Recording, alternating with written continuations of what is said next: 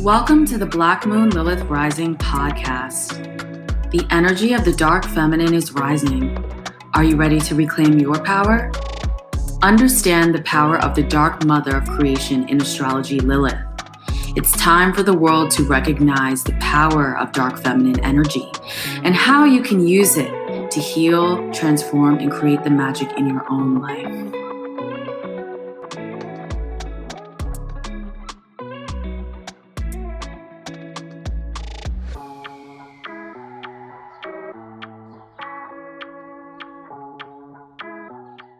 Hello and welcome to the first Black Moon Lilith Rising podcast. I'm so excited to finally have this off the ground. It's literally been months that I've been trying to get this off the ground, and I'm just so happy to finally have done that. And you know, the site needed to be redone.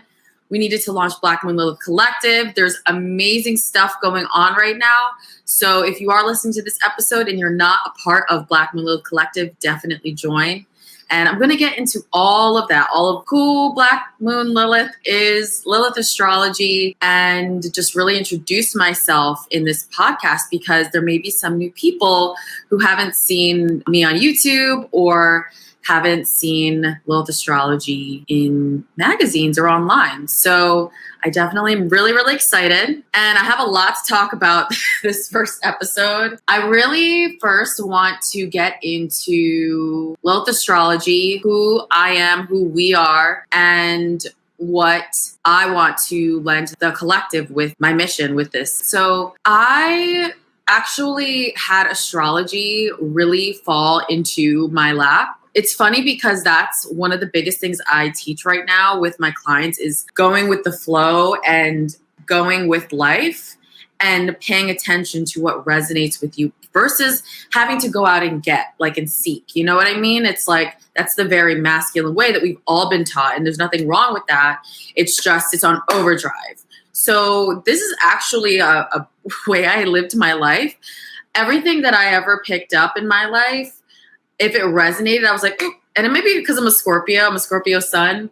When we really love something, we don't want to just do it surface level, like, oh, cute. Like, no. If I'm going to devote time to something, same with partners, if I'm going to devote time to something, it better be resonating, you know? So I love how I said that, resonating. Basically, I was a classical musician growing up. That stumbled into my lap because I went to school assembly, and I was like, I saw this older woman with a violin. I was like, yes, girl, do that. And I was like, I want to do that shit. And so I did that up until college.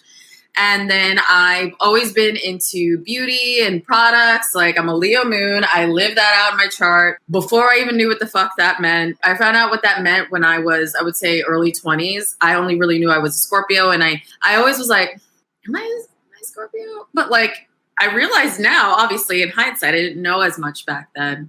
But basically, yeah, I then got into beauty in corporate, in marketing. So I went to business school because music, I love it. I wasn't feeling it for the rest of my life, doing it for money. I just felt like that's not it. You know, I still have a violin. I can still play. I can still shred. But I went to business school. And I went to actually SUNY New Paltz, so shout out to the Hawks, anyone that's listening. I got a degree in marketing and business admin. And so from there, I got a job in beauty PR. And I was like, ooh. I found out I didn't like PR.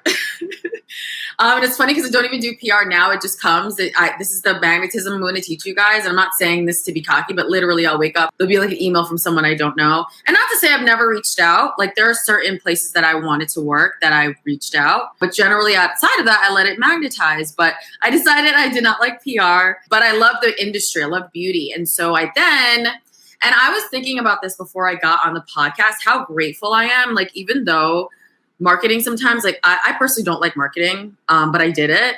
And I realized why in my gut, I needed to do this in order to do my mission. And that's what a lot of people don't realize when they're in situations that they're like, not so annoying. If you think about it, the universe put you there. It's not an accident. So use what you can out of the situation and start energizing the next timeline. But I digress from that. I started working in e-commerce. And I was like, oh, this is really interesting. An influencer and blogging and all of that stuff, all the stuff. I did that. I just learned literally, this is back in 2009 I graduated. So this is when like all this stuff was really popping off, dude. So I have a lot of experience, and I'm definitely going to be popping off with a spiritual entrepreneur course. So if I have my witchy shit and business, honey, come through, because you're going to learn a lot. And it's not all about driving followers at all. I'm about those coins, honey, because that's how you grow a business. People just demonize money. Like, I want all these followers. It's like, no. Which it's fine. It's a byproduct. But it's the coin that matters in this reality, right? So anyway, I love my tangents. You're going to have to get used to this on this podcast. It's what I love to do. Keep up. That was the reality I needed to be in at that time. But listen, honeys, I did not like it, okay? Like after probably the first couple years, I liked it, but I wasn't in environments that were conducive to my growth. And I did actually get taught a lot. That's the thing, is it's like I had to deal with a lot of different energies. And it wasn't all awful, but the one thing I didn't like the most about corporate was the lack of flow that a lot of people work in. Like, I don't believe in that structured 9 to 5, grind it out, never take a break workday. If you're too afraid, like, I'm not afraid to hand in stuff late. I'm not. If you're too afraid to hand in something late because something came up, that you're letting fear dictate your reality. And it's just not in the state of flow, like how we run our business here. Like, we have contributors and I give them a long ass deadline, and I also put buffer in the deadline. That's just what I do. Now I don't do structured horoscopes like I used to. We've switched everything over to be cyclical.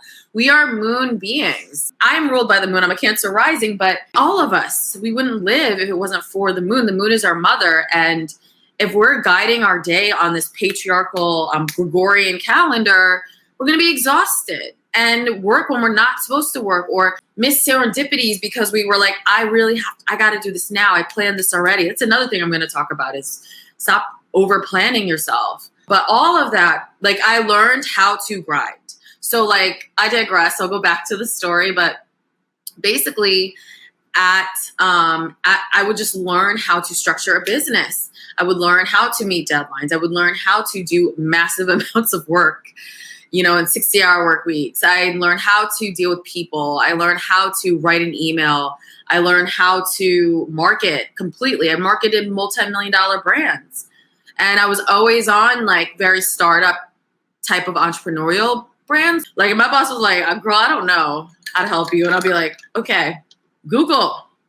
I would use Google. I would attend conferences, seminars, all that stuff.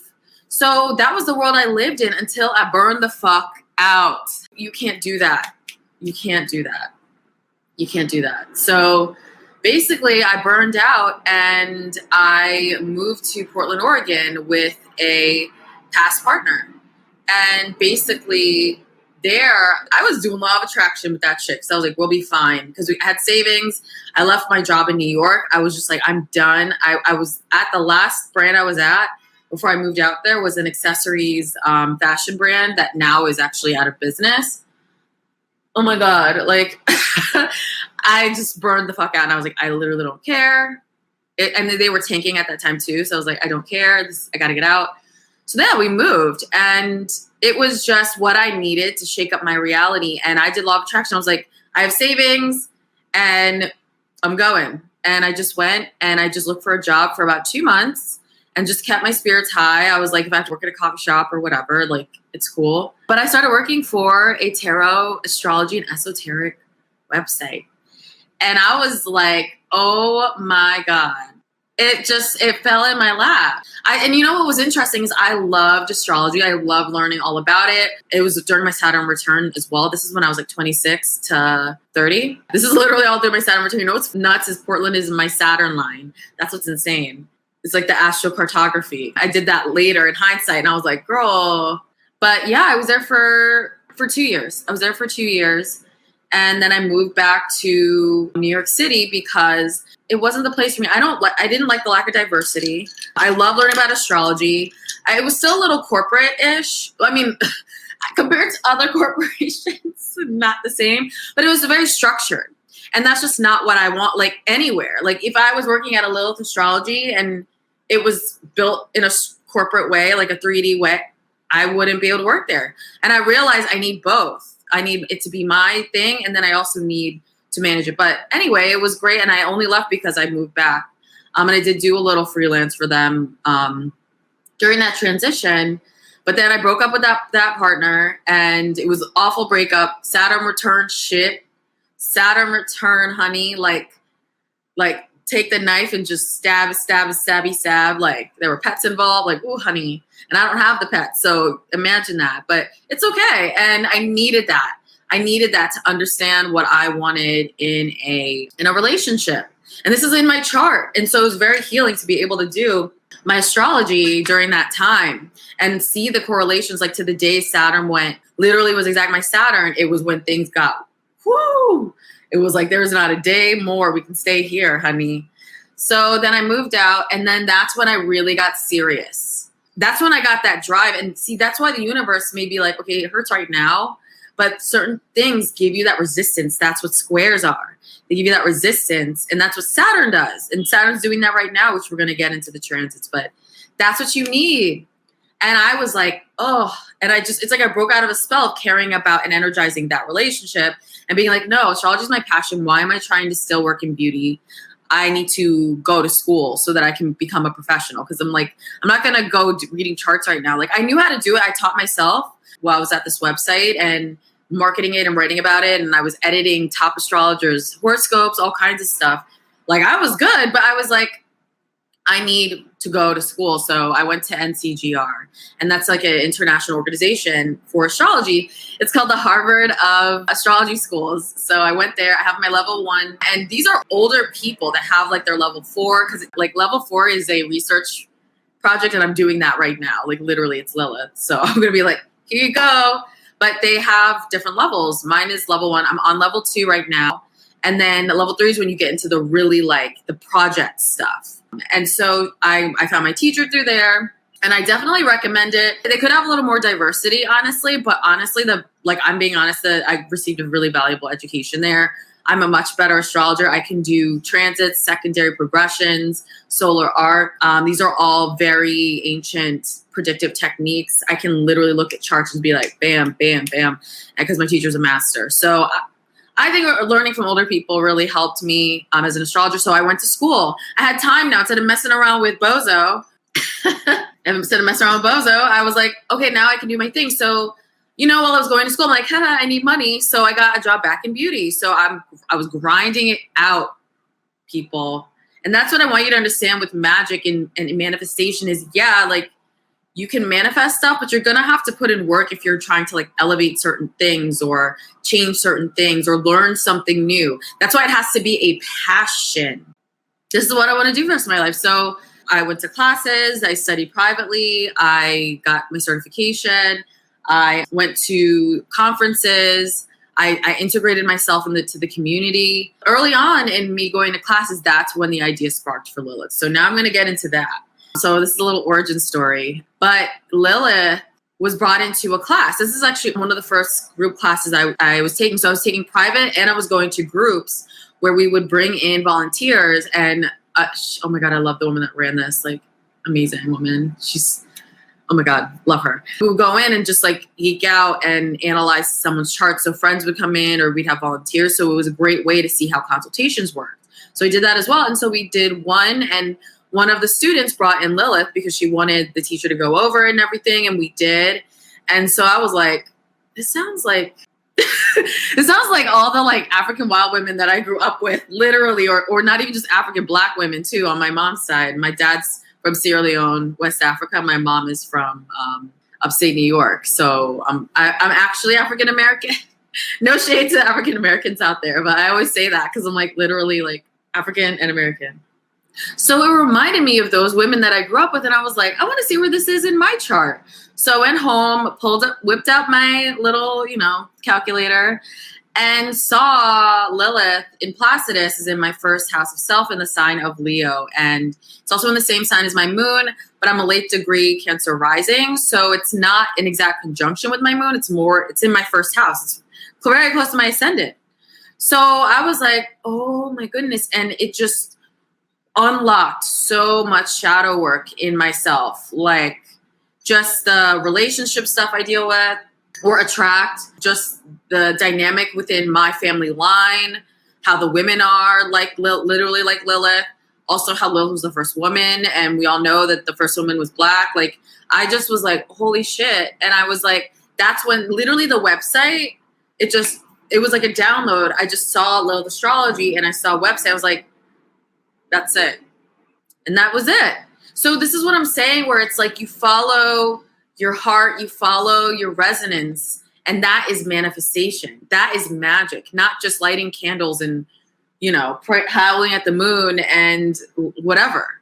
That's fun because it's a great ritual and it's meditative, and you can really like ignite your beliefs with these magical tools. But your number one magical tools are your chakras and your body and your emotions and how you feel.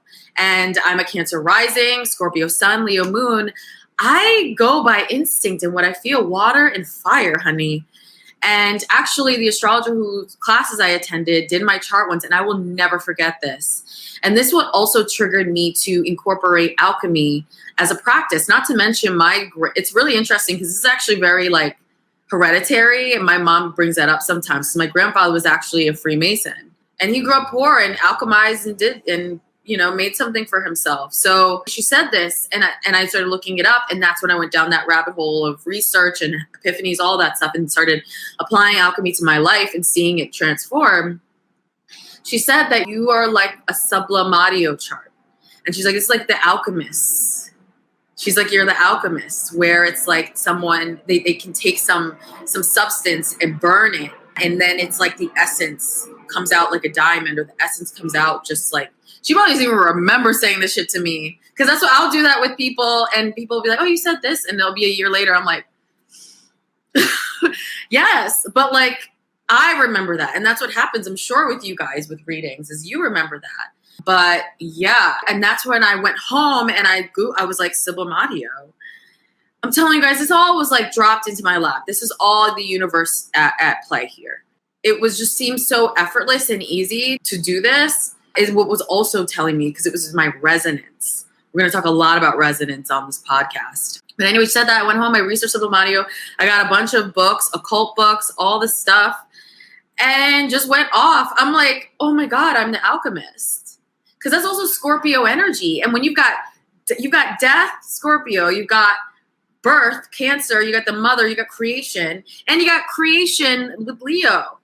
And children and creative self-expression. So I realized this is what I'm telling you. Like, I was able to learn through my chart and integrate that knowledge so that I can live my truth, live my vibration. That's what this is all about. So a big reason why I started Lilith Astrology, I started January 2019. So after this whole other journey. So I went to the NCGR conference. And I do transits myself, like I do research myself, everything. And I knew because of that, one of the astrologers, Joni Patry, she's a big on YouTube, said that the world is going to shut down and da-da-da-da. And so I was like, oh my God, like I need to get on my truth. And so this is 2019, later in that year that I went to that conference. Because before I was doing just YouTube, I didn't have a website. I wasn't really taking clients. I wasn't taking it fully seriously. I still had a job and everything. That's when I really started to take it seriously, because I was like, I need to get in my truth before the world goes to shit. Also, I know that we're going into the age of Aquarius, the age of the individual. Being in the system is not where you want to be. So I was like, it's game time. So that's when I really started the website and really started taking clients and really like taking it more seriously, integrating myself into the community even more online, especially posting more videos and everything. I had another membership program before what I'm going to talk about now. And I had a great group of members, and my site crashed back in March and was just so hard to deal with. And they hung on. They were like, we really love this content. We really need it. So we continue to deal with it, but we rebuilt everything. We have a private online streaming app now. It's amazing. It's called Moon Lilith Collective. And this is basically an online streaming community. So not only is it like a Netflix of astrology, esoteric spirituality, but it's also a community. And we're going to have, on top of all of these horoscope shows and different webinars, we're definitely going to have private events led by me and guest speakers. We are going to have different programs, and I'm going to touch upon some of the programs shortly where you can take courses, and those will be added regularly. It's just an all-around experience. And I want people to get away from these apps that just regurgitate 100-word things. What are you going to learn from that? And this is not just horoscopes. This is like, we want to be transforming people from the inside out. I want you to get this membership and join the collective to become an alchemist yourself. And I'm going to have Astrology 101 to understand astrology at a basic level so you know what's going on. So you have your spiritual tools equipped, and there's meditations to help you with your chakras. We have crystal workshops. It's going to be fantastic. So I really want people to understand the quality of this, and I want them to understand that this is like for life transformation. How can you do that when with month to month and you're just dropping out? Like, no, we want you for the long haul. I'm a Scorpio, right? So it's $365 for the year. So it's $1 a day. It's $25 a month or $30 a month, depending on the month. So very affordable, and you're getting so much value and knowledge, and it's going to be ever evolving and changing. And if you guys want anything, we're very fluid to the content that we create here. If there's anything that you want to learn too. So it's fantastic. So definitely head over to lilithastrology.com, and at the top, you'll see Black Moon Lilith Collective, and you can join there before doors close for the year. I'm not really planning to open until probably the end of the year 2022 because I don't want that big ass billing cycle or anything. So it just doesn't, it's challenging to coordinate. Definitely check that out. But this is what's new. And now we have this podcast, Black Moon Lilith Rising. And we're going to have guests. We're going to have so many discussions about the patriarchy and empowerment and astrology and just esoteric thought. This is not just an astrology podcast where I'm going to like whip off transits. This is like an esoteric podcast. So I'm so excited to finally have this started, and let's just get further into what I want to talk about today. Actually, let's talk about one of my programs, and because this is going to really lead me to that topic. That's really important. So one of my programs is the Shadow Work program.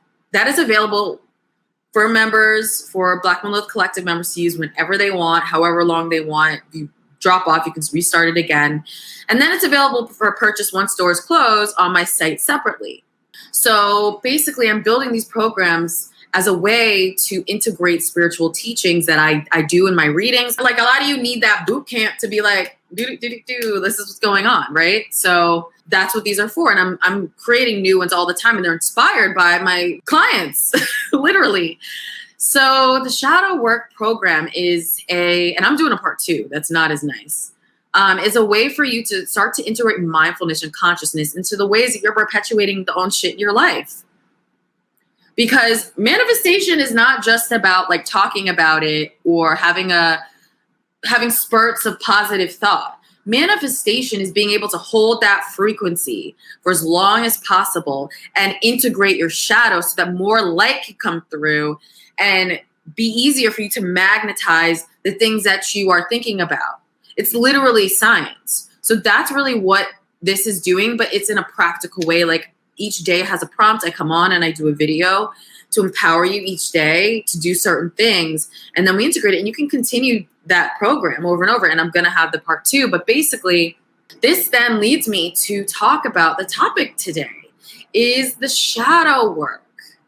The shadow work is so important, you guys. Like, people want to be like love and light with spirituality. And I know it's my role as a Scorpio to be the voice, to be like, okay, well, that's fine and all. Being perky and happy all the time, that's fine for some people. Like that, everyone has a different vibration, but there are people on this planet that are not, and they need to do shadow work. And it's a lot of us. Even people that pretend to be happy and perky all the time, they have had some dark nights of the soul that they are just not showing.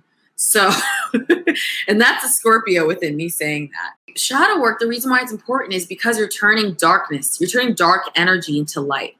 And everyone has had trauma. Everyone has had challenging events happen to them. Everyone has had difficulty happen to them. This basically just sits in your spirit, it sits in your vibration. And until you deal with those emotions and alchemize them, it will continue to sit there. It will continue to sit there and fester. And what happens is a karmic loop happens, or like fragmentation happens, where you're then repeating that trauma over and over and over and over again until you wake up. So that's what I'm here to do, is to be the big bitch slap, to be like, stop. And I have had people do that for me. I've had spiritual healers do that for me. And the best ones will not baby you. And I realized also in my old memberships, I babied some people. I did. And not called them on their shit. But that's, this next guy is over, honey. Cancer rising is done. Scorpio is here right now with the Mercury and the Pluto, honey. I need results. Because I care, and it's my job to raise the frequency, help to raise the frequency on this planet, and that's through helping you guys realize who you are. That's what the chart can do, is it helps me, it's a map for shadow work. It helps me understand where the shadows are, and that's Lilith, that's Pluto, that's Saturn. Mars can even be that. A debilitated planet is shadow. Chiron, that's shadow. And those are a lot of placements. Like, yeah, we have the sun, but then the sun could be aspected with Saturn. The sun could be in its debility. The sun could be in Libra and Aquarius. And I said this on a live recently, like, people need to stop getting triggered by debility. It's just the condition of the planet. I have a debilitated Mars. The reason why anyone will get triggered is because you haven't dealt with the shadow of it yet. Because I love my Mars and Libra. I can make my apartment looks beautiful. I can make things look nice. I understand aesthetics. I just needed to heal the shadow around it. So stop getting offended about debility, because it's, my teacher like drilled that into my head. She's like, no, like, it helps you as a reader so you can help the person and says stop perpetuating the madness. Like codependency, that's a big Mars and Libra thing. And that's what my learning lesson was with my Saturn return relationship thing. Like, and I healed that Mars and Libra now. So, and you have to still check yourself with that stuff. Libra sun and Aquarius sun are debilitated. Mars and Scorpio is in its exaltation. Mars is in its home sign. Mars in Aries is also too. But when you have Mars in Taurus, opposite, that's when the insurrection happened. Mars in Taurus, January 6th.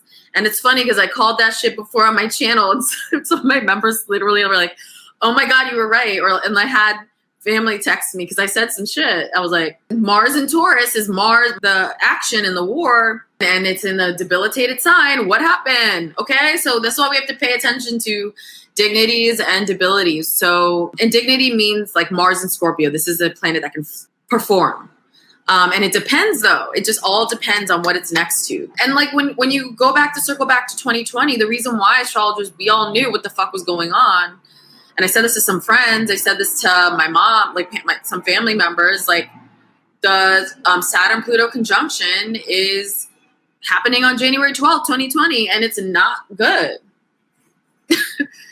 Saturn was in Capricorn, the home sign. Pluto was in Capricorn. Pluto knows what the fuck to do in Capricorn. Those two planets were placed with strength, but that's not a great conjunction. These are like the two malefics, like, but duking it out. And Pluto means death, and Saturn is constriction and restriction. What did we go through?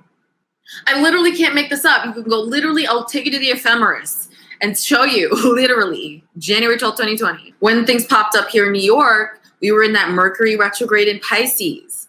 There was, I think it was like Mars in Pisces. Don't quote me on that, my memory with that. I'm literally just going to go off by memory here. Mercury was in its stability in Pisces. So if everyone said like, oh, Mercury in Pisces is so great, what would I say to you as an astrologer? I'd be like, the energy's not really that great right now. And it's true. So you would be like, thank you for telling me. So that's really what I want to do. And another thing that I was really thinking before I got on this call was like, I want clients, like, this isn't just about your birth chart in my reading. So another service that I am offering, and I will offer every month, but on a limited basis. So definitely make sure you get on our email list. You can find that on the website, lilithastrology.com. And I will be announcing every month when I open select sessions. And so you can book there. And I will also have from 15 minutes to 60 minutes intervals that you can book. But there, I want people where you have problems, where you have a shadow or you have blocks. I don't want people where it's like I'm telling you just about your chart.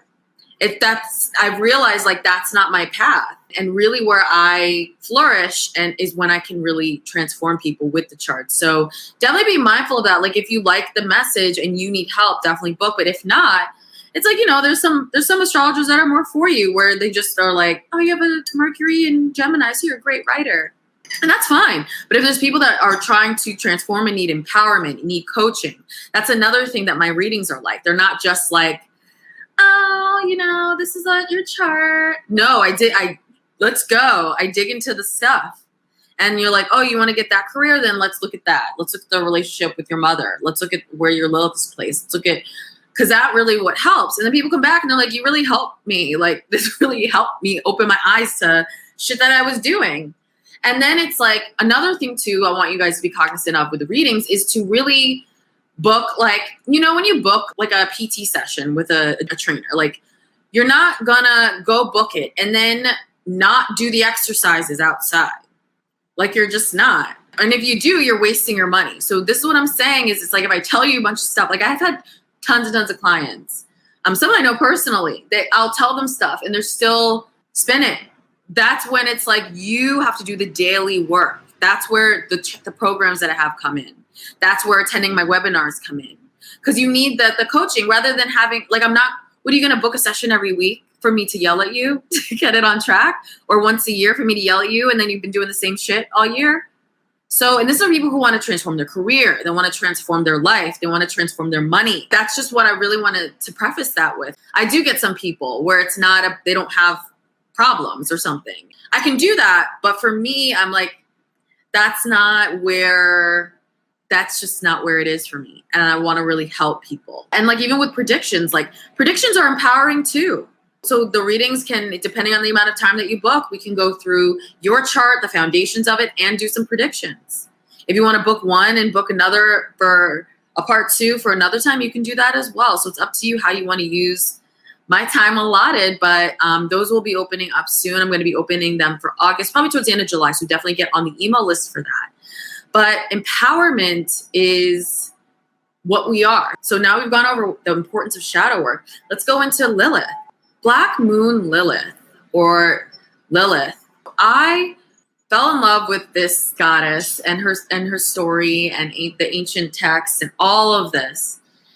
And basically Lilith was the first woman. And she is in the ancient Talmud in the Old Testament.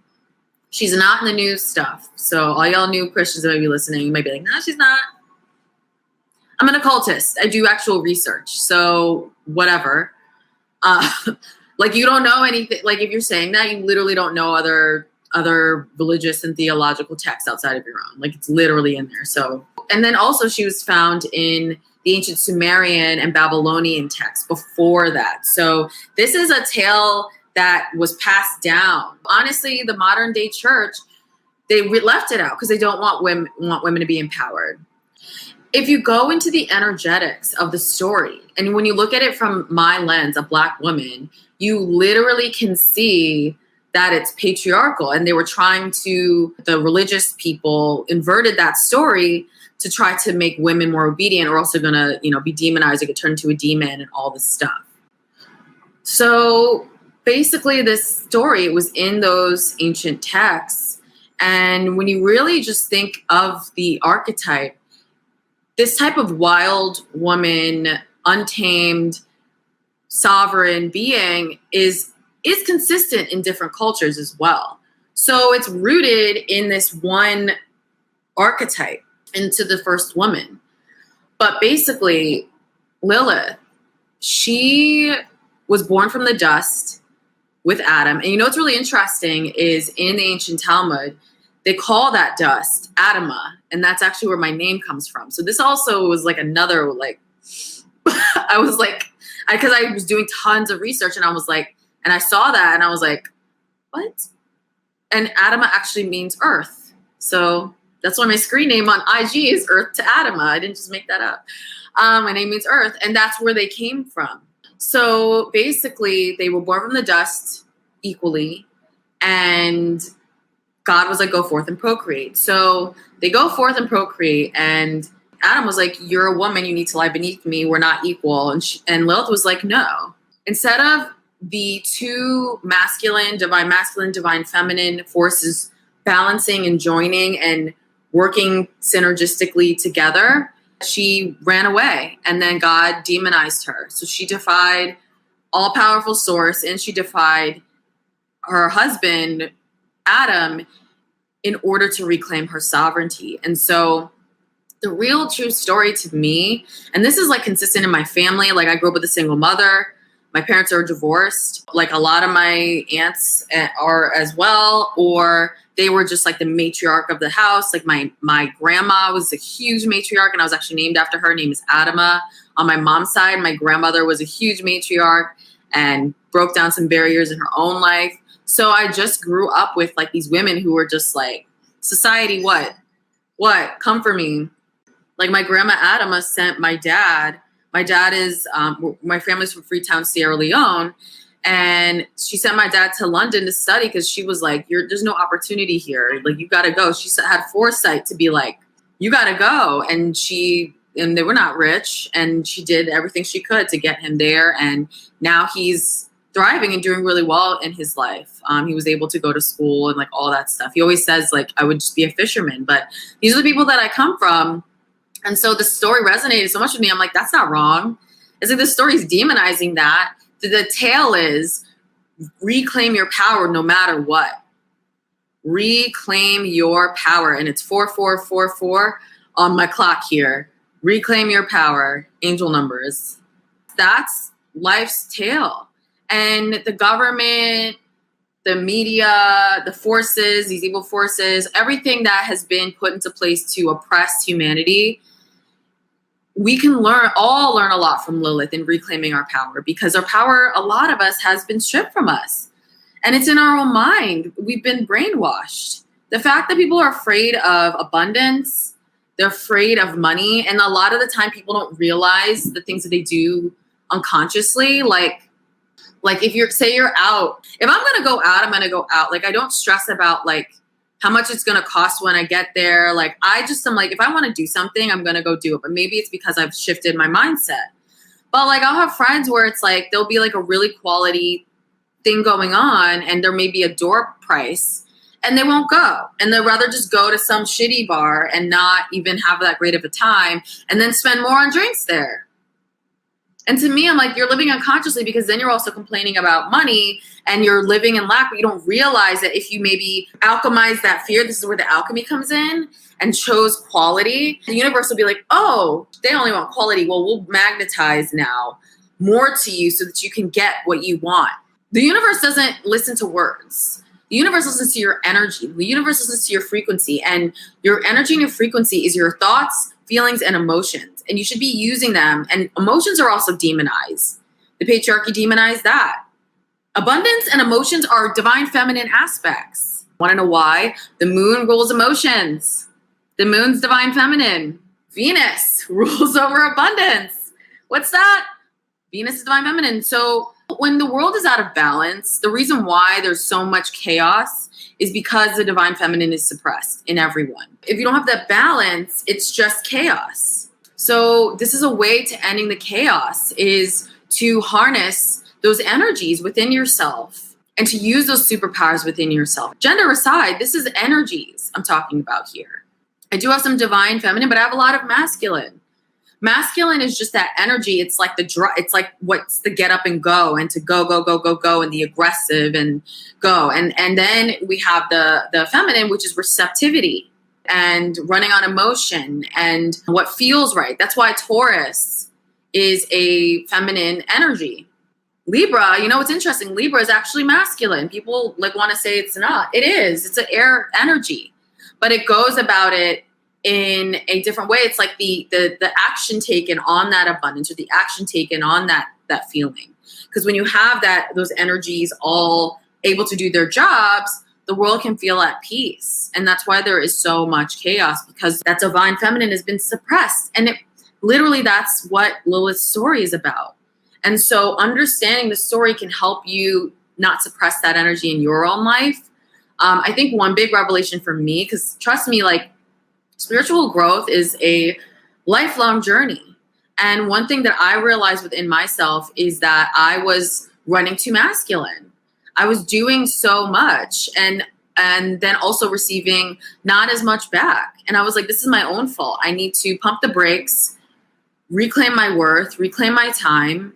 And the people who can't deal with it will fall away. If you don't like the way I run things now, there will be people that do. And I realized like I don't need to overexhaust myself. So that was one thing, but I was in building mode for a lot of the time with my business. And that's okay too. But you also want to be co-creating with spirit and allowing enough time for the ideas to come through, allowing enough time to rest, allowing enough time to feel good, because that is what nurtures your frequency. So that was a big learning for me this month. So understanding Lilith within your chart.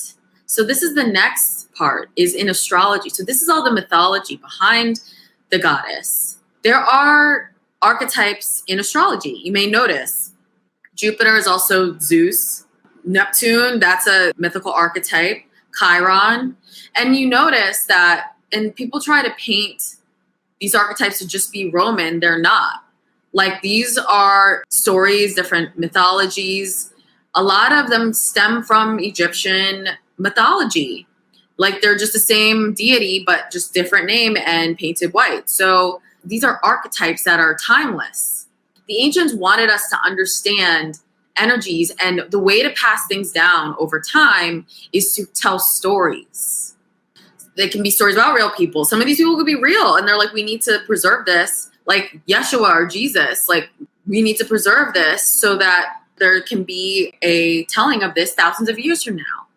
The hieroglyphs too, it was like stories. And that's what is interesting about astrology with our glyphs, is there's a story. I can tell you a 1,000-book story on one planet. And that's why I think the English language is kind of like a waste, because I can look at symbols and charts and there's a whole story that I just get like of a packet of information. And that's like the ancient way of communicating. So, I mean, astrology is very old, like very, very ancient. But this is the ancient way of communicating, is with symbols. That's why with like Chinese language, which is very, very ancient and old, Eastern languages, with the symbols, it's like they just a big pocket of information. It's like you don't need to have all of those words. But Lilith is an archetype. That archetype plays out in your chart, and it depends on the sign and what house it's placed in, what planets it's aspecting. I have Lilith in the same sign as Moon. If you have Lilith conjunct personal planet or point, or like your ascendant, it's very obvious in your personality or your life path. Like if you take someone like Marilyn Monroe, she had Lilith very prominent in her chart in the first house. So did Dorothy Dandridge, but she had hers in her midheaven. These are two examples. There are so many other examples, and I'm definitely going to go over them in future episodes. But I really wanted this first podcast to just introduce who Lilith is for new listeners, introduce what Lilith means. And we're definitely going to talk more about Lilith in the chart. We're going to talk about Lilith transiting, and we're going to talk about the general transits as well in this podcast. So I'm really, really excited that I finally have gotten this first one off the ground. And I hope you really enjoyed this first episode as much as I enjoyed filming it. Thank you so much for listening, and I will see you on the next one. Thank you for listening to the Black Moon Lilith Rising podcast. I invite you to discover LilithAstrology.com and sign up for email to receive my free guide, An Alchemist's Guide to Black Moon Lilith. Until next time.